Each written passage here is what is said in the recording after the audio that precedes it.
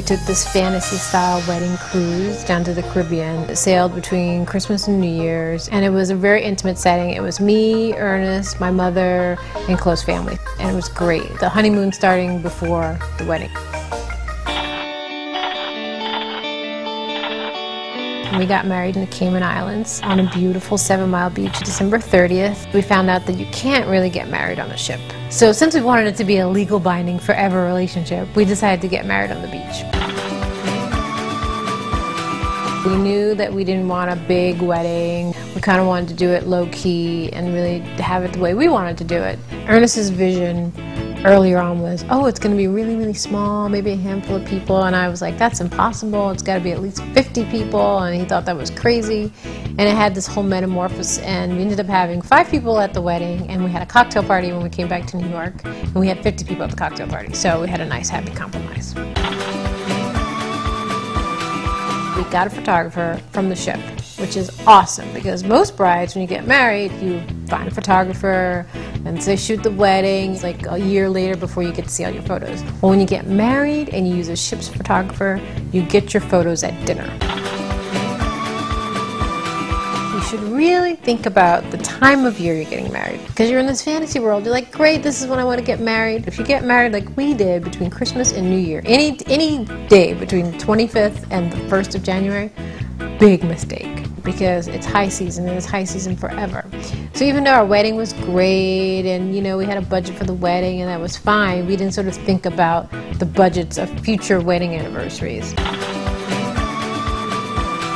We sort of formed our own version of a trinity. In most churches, when people get married, they have the candles they light, and the 3 represent the unity of the couples. We did a version with the sand, the water, and the shells, which all represented where we got married. And we picked it out together. We got the sand at the end of the ceremony as sort of the symbolic moment of sort of us coming together. Well, stay tuned. We're going to be back with more on my wedding. Welcome to Metal Chick.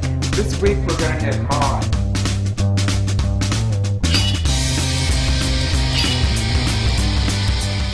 We're back with more memorable moments of my wedding.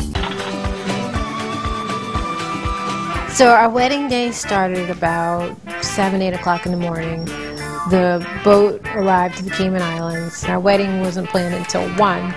So what we did was we decided we would just chill out on the beach, get some sun, and hence how the sort of trinity idea of the sand and the shells and the water came about. Getting married on a beach is really, really relaxing. It's just the atmosphere in itself causes you to just take it down a notch. As we were getting married, there are people sunbathing on the beach, and several people started photographing us. It made me feel like a princess. And we exchanged our rings, and we're looking into each other's eyes. And the gentleman who married us turned around and told us to just stop and had the photographer take our picture. And that's sort of the most memorable moment. You see the beach and the water, and it almost looks like you're on a movie set. It just looks so perfect. So our first kiss was very beautiful, very romantic, but I have to say it's hard to remember. But I think that's because there have been so many great kisses since then. Once we were married, we had champagne and caviar on the beach, which I think is pretty decadent.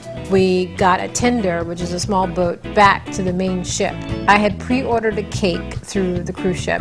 And I said, look, there are only 5 of us. We just need a cake for 5 people. Well, when the cake arrived, it was huge. It was like a cake for 50 people. And I thought they had given us the wrong cake, but they're like, no, this is the cake you ordered. Because we got married on the 30th. New Year's Eve was the next day, so it was kind of like one big party.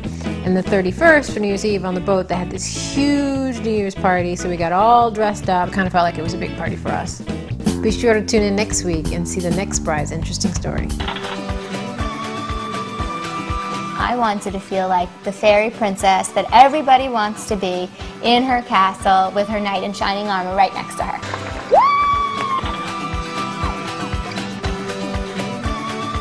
I'm sure there are lots of brides to be out there who would love to hear other tips. So send in your tips to Brideorama.com.